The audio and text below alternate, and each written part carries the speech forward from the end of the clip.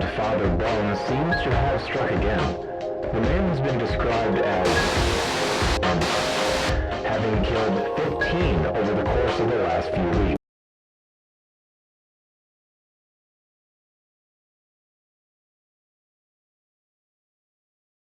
We dissolve through more landscapes, bringing us to full day. None of them show people or human habitation. There is little to no life shown in the Coen brothers' No Country for Old Men. As realistic as this countryside may be, it's presented with this almost post-apocalyptic quiet. Though we do see glimpses of civilization, it's always in passing, never the focus. Characters take up little to no time on screen, outsized by the environment around them.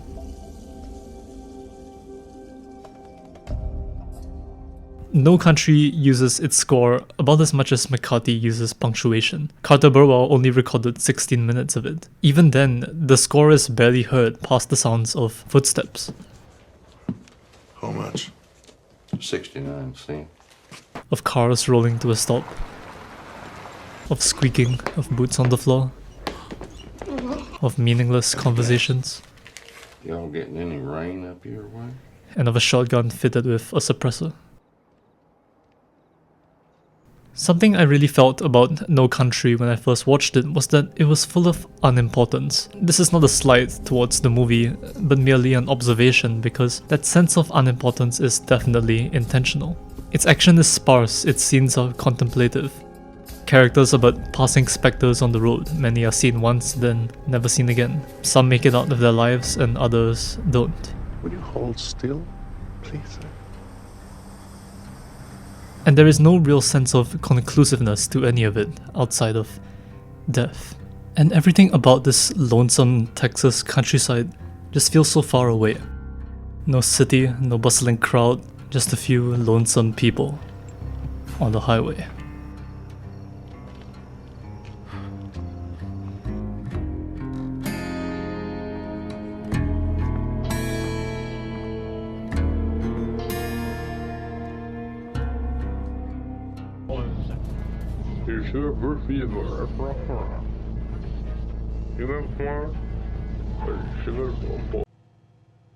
There's this moment in Arbitrary Metrics game Paratopic where you end up inside a gas station. It's a really abrupt moment because just a second ago, you were driving for what felt like forever on a desolate highway. Paratopic's driving sequences are long. You can't do much besides look at the item next to you, which may or may not change when you look away, and swap between two radio stations. One speaks, another sings, but neither are very coherent or recognizable as any language you've ever heard before.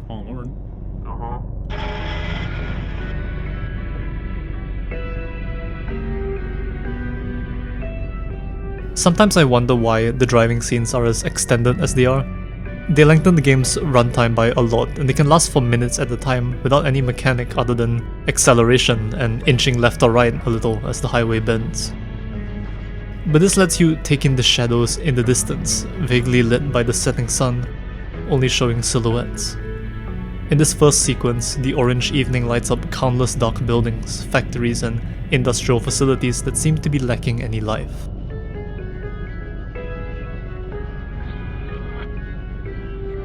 And then you're just here, where the vending machine doesn't work, and the products are the same weird snack that you're never going to buy. The conversation is just as mundane as you would expect. You talk of places along the highway, of that old stop you once went to that burned down, of places to eat along the way on your mysterious journey.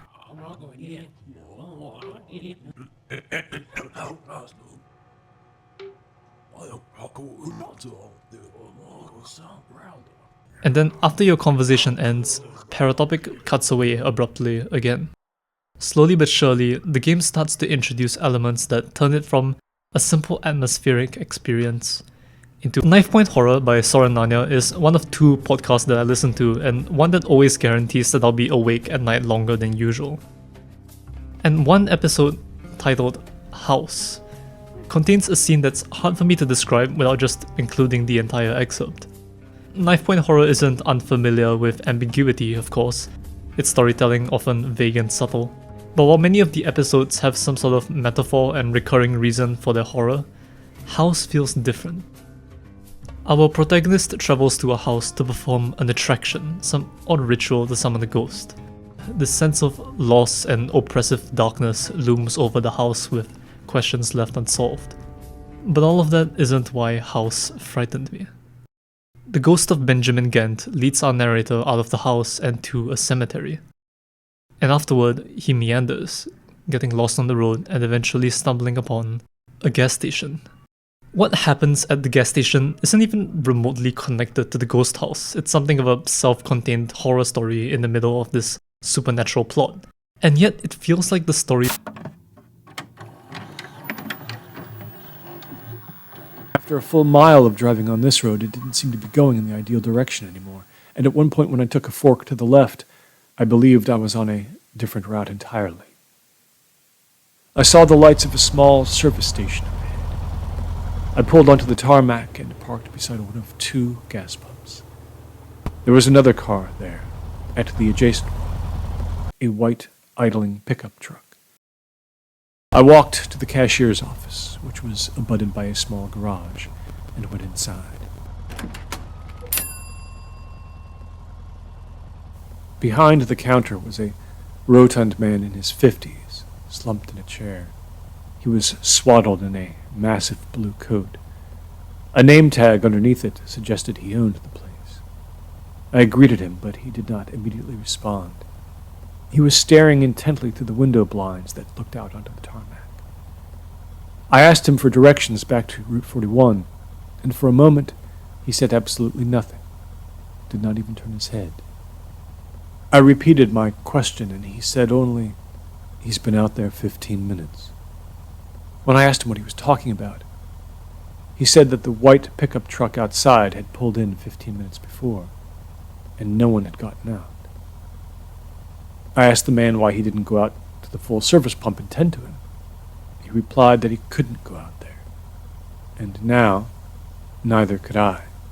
Frustrated by his opacity, I asked him what he was talking about, and the proprietor of the station spoke to me in a low, strangled voice. Never once did he look at me. He believed the man outside, sitting in the pickup truck, was the same man who had been spoken about on the radio that night. The news had made mention of a wanted serial killer, nicknamed Father Bones, who had been spotted in the area just a few hours earlier by a convenience store clerk. His description had been posted all over town. Even I had heard of him. I looked outside through the glass door.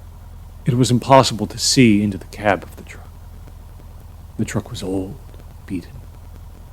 I told the proprietor that he was being absurd, but he said the description of the truck was the same. He said he had been able to see the man once as he sat in the truck, just once, when he shifted, and the light struck him just so. And the man would not turn the engine off, would not. I'm often asked why I enjoy Paratopic, and I rarely have an answer that isn't just the vibes, because, yeah, it doesn't seem like the most fun game ever. But I think a major part of it is to do with how it cuts to and from different scenes. After your conversation at the gas station ends, Paratopic throws you into another scene. The chat that I had just been having with the old man at the gas station was over, before I could even walk back to my vehicle. The scene now cuts to a truck that's now parked off the side of the road on a completely desolate and silent night. There are no buildings in the distance. On one end is openness, a power line runs parallel to the highway. On the other end is the forest, the shadowy lines of trees just waiting there ominously for you. If you try to head towards them, the game begins to almost break, with lines scrolling through until you're forced back to your truck. Paratopic likes to linger on the meaningless. It frequently cuts away and transitions. One of the first scenes that you're placed into has you wait an agonizingly long time for an elevator.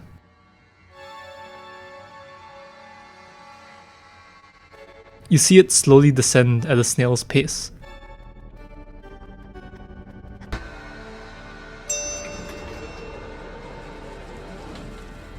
But after it finally arrives and you step in, you immediately find yourself back out again at your destination. Moments where you would logically transition into the next scene are removed. You're just thrown into the next place without a second to spare. This may seem like a weird thing to like and appreciate, but those jarring jumps between scenes kept the game from ever becoming boring or stale. I felt like a new, strange, bizarre sight would be waiting around the corner of every moment. These cuts make every unimportant moment feel important. Time slows down, and just as you feel like you're starting to pick up details to understand, it speeds past again.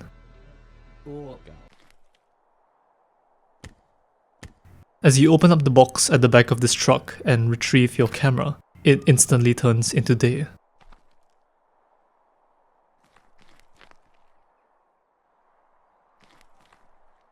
Your next location is the forest ahead of you, lying in wait with not a single building in sight. The game never tells you Why why. he didn't just call the police. He said he didn't want to move. He said there was a shotgun in the adjacent room and a phone. But he believed the man out there was watching us very carefully. I said I would call the police for him, and I turned toward the adjacent room. The man told me to stop, but I went anyway. It had no lights. There was a phone sitting on a messy desk in the corner. I picked up the phone and dialed the operator, requesting the police. When she asked me if it was an emergency, I started to say no, but changed my answer to yes.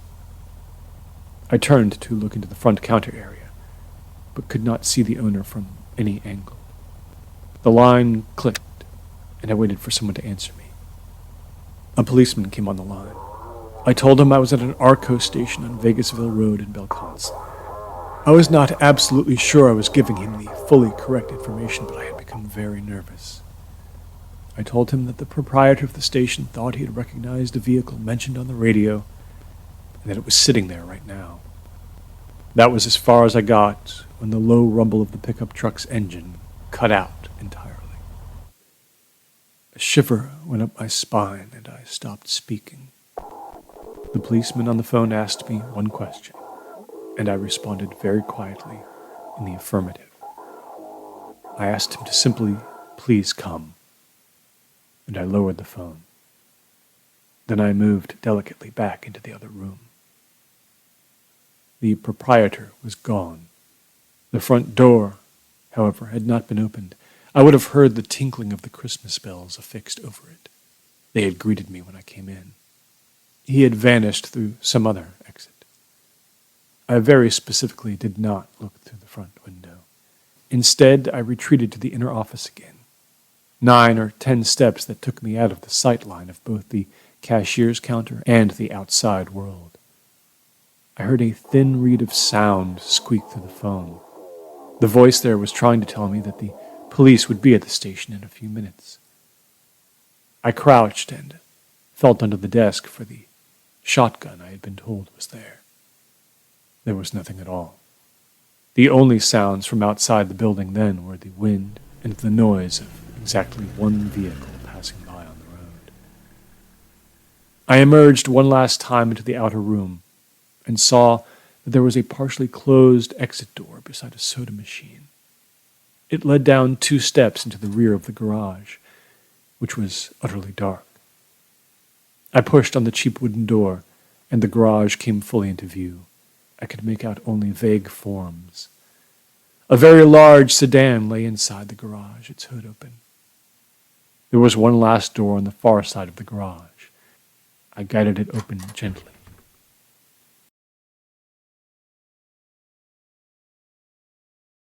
Something that really surprised me was just how much I was not bored by Paratopic. Maybe it was the visuals, or the tension, or the mystery of its very premise. The latter is the most interesting on a surface level because of how Paratopic presents its narrative. Paratopic does have a story. It's about the distribution of tapes. This entire journey you undertake is somewhat related to it. Your neighbor asks for a tape which you reluctantly give to prevent her from well, snitching on you. The game opens with you getting in trouble for smuggling a tape. You beg the officer not to watch it, but he does regardless. And the story is all about these tapes until it isn't. Because in the middle of this smuggling plot, you're suddenly put into the shoes of a photographer. Calming music plays as you enter this forest, and your new objective here is not to load your revolver or to wait for an elevator or to talk your way out of a tense situation. No, your objective now is to go take photographs of birds.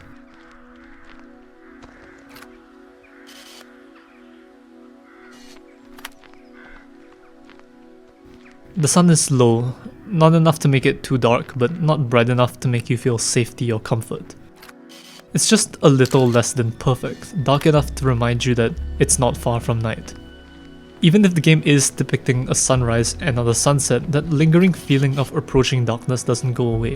The serene music does little to provide comfort, as calming as it is. There's a shack here, abandoned, with a door that may or may not open, though I'll leave you to play the game to learn what's inside.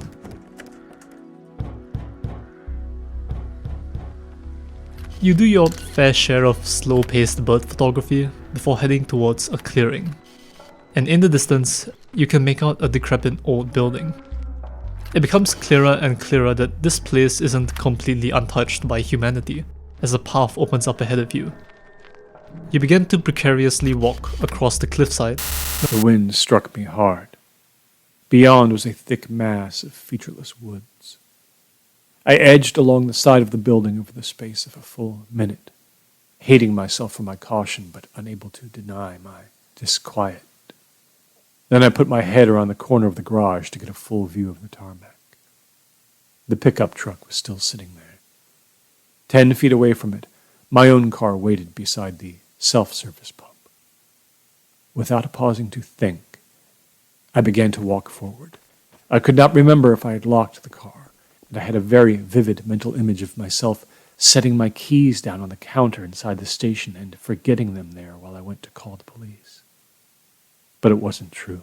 My keys were in my right front pocket. I had never locked the car anyway. I got in, closed the door fast, locked it, and started the engine.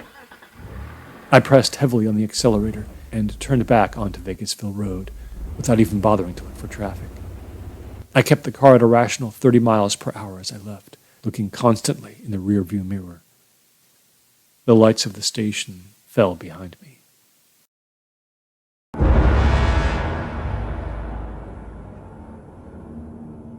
Something terrible happens in the woods.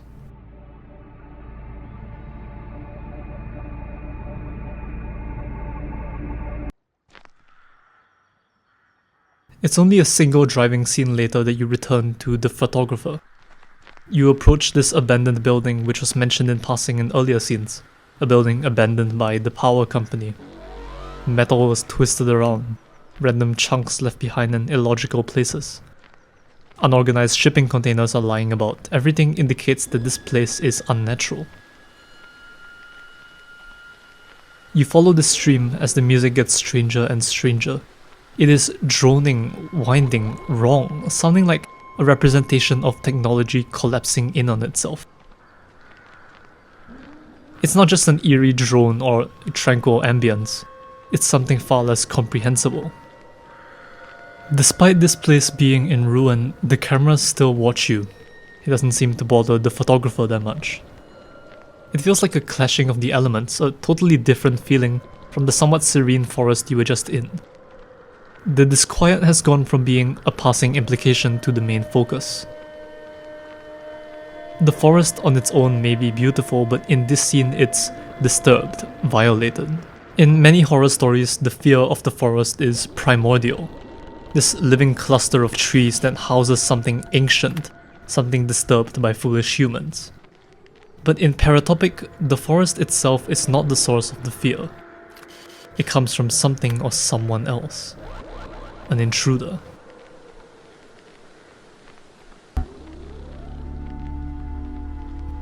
As you approach the foot of an old radio tower, you can flip over a sign.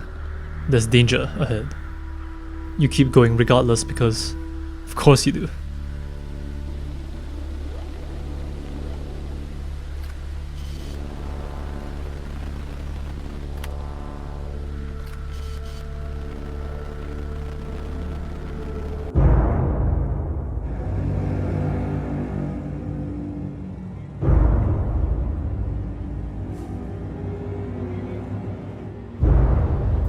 There didn't seem to be anyone there at all. As I got closer, I saw that even the white pickup truck was gone. With an unpleasant feeling in my stomach, I crept onto the tarmac, cutting my headlights off. Something seemed very wrong. The police should have still been there. I stopped my car exactly where I had before. I would go into the cashier's office and see if the proprietor was still there, and perhaps buy some coffee and a candy bar. Then I would find out exactly what had happened. But the lights were out in the service building. I assumed then that the proprietor had gone home for the night, and I felt a sense of real relief. If he had come back to shut the lights off and gone home so quickly after speaking to the police, obviously there had never been any cause for alarm. It had probably been a misunderstanding. The front door was ajar. I stopped and looked at the knob for some time. I was roused from my reverie only by the sound of a car going past, a Mustang doing about 60 miles per hour. I moved into the service building. The counter behind which the proprietor had sat was empty. I went into the adjacent room. Inside, there was one noticeable difference. The cord to the telephone stretched from the base on the desk all the way up to the ceiling, a dangling black vertical rope. The receiver was hanging from a cardboard advertising mobile above. I reached a hand out to touch it. It was very cold. Then, from behind me, back in the cashier's area, there came a creaking sound. I turned. The sound might have come from as far away as the tarmac outside, or as close as the front door of the service building. It had been a footstep, or something brushing against a window. Through the window blinds, I could see a panel truck rolling past the station on Vegasville Road. The sound of it partially camouflaged a creak that was almost twice as prominent as the first one.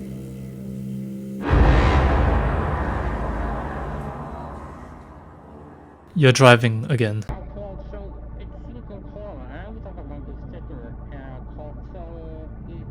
The sky is dark.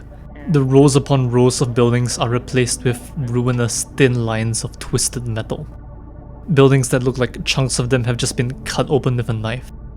And they repeat again and again.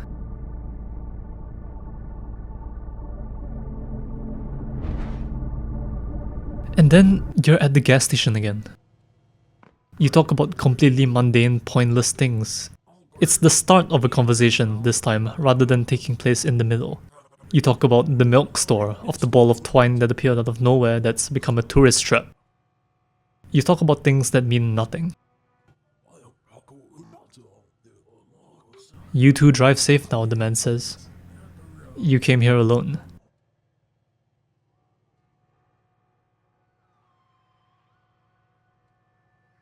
Paratopic has so many moments that feel like cut segments of a film that never got made. Pieces of different puzzles just left scattered about. There are scenes in the game that feel important. Several lines in your conversation hint at something bigger. They hint towards the history of this world, of the strange power company that likely led to the ruins that the photographer comes across.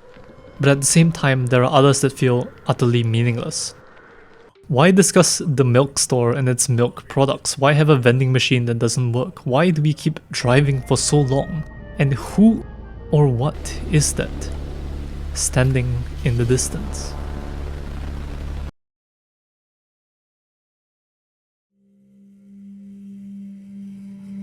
I left the interior room, took a left turn at the counter, and pushed my way out of the building entirely. I felt an instant sense of relief when the wind struck me. I would simply get inside my car and never return.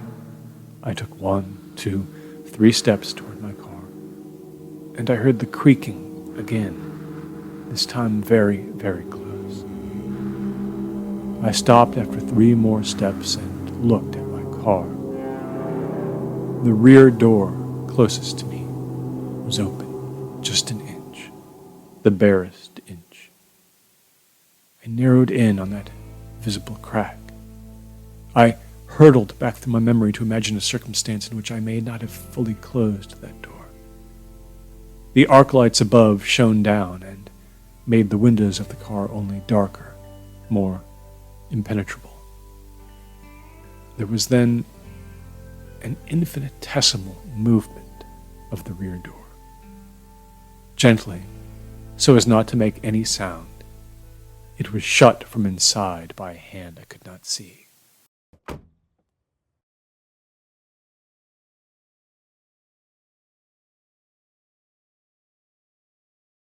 911, what is your emergency? I was, okay. I'm in Wisconsin right now. I was driving on Route 41 when I saw this house. Its lights are on and its door, it's destroyed, like completely in splinters, like it's been ripped open. Nobody's there and there's a... Ma'am?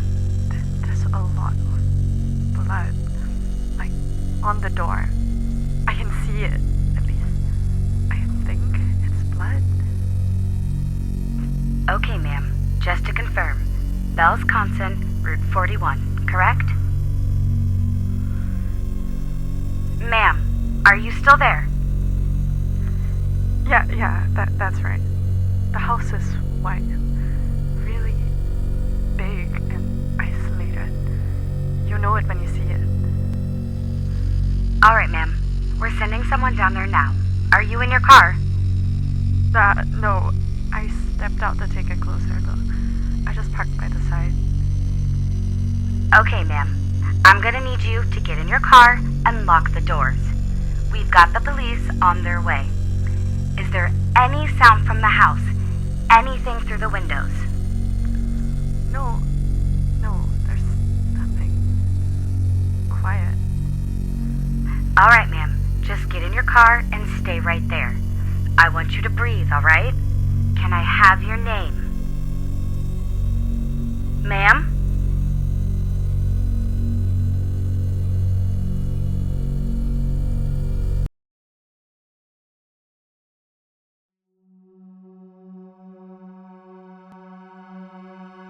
The puzzle pieces that are Paratopics scenes are never put together. You could connect one or two of them maybe, but never enough to form a full picture. All you get is the scattered residue of a story long forgotten. You could remove the entire gas station stop segment of House. After all, it's not even connected to the story's titular location.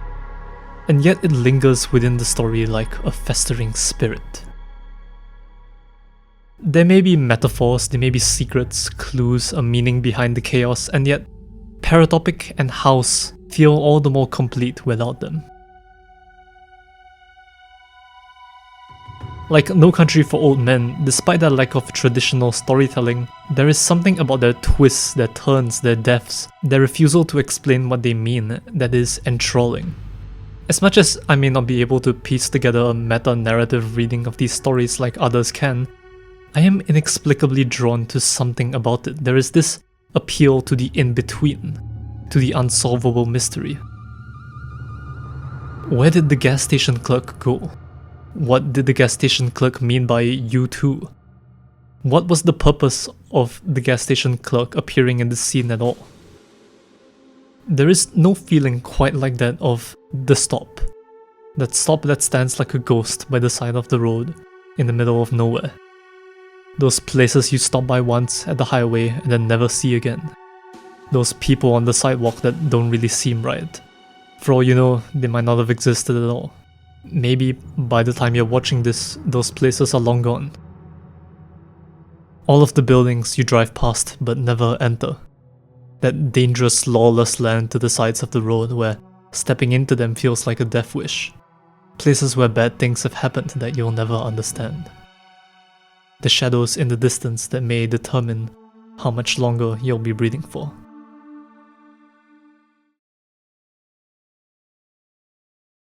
There are no answers. The best I can leave you with is more questions.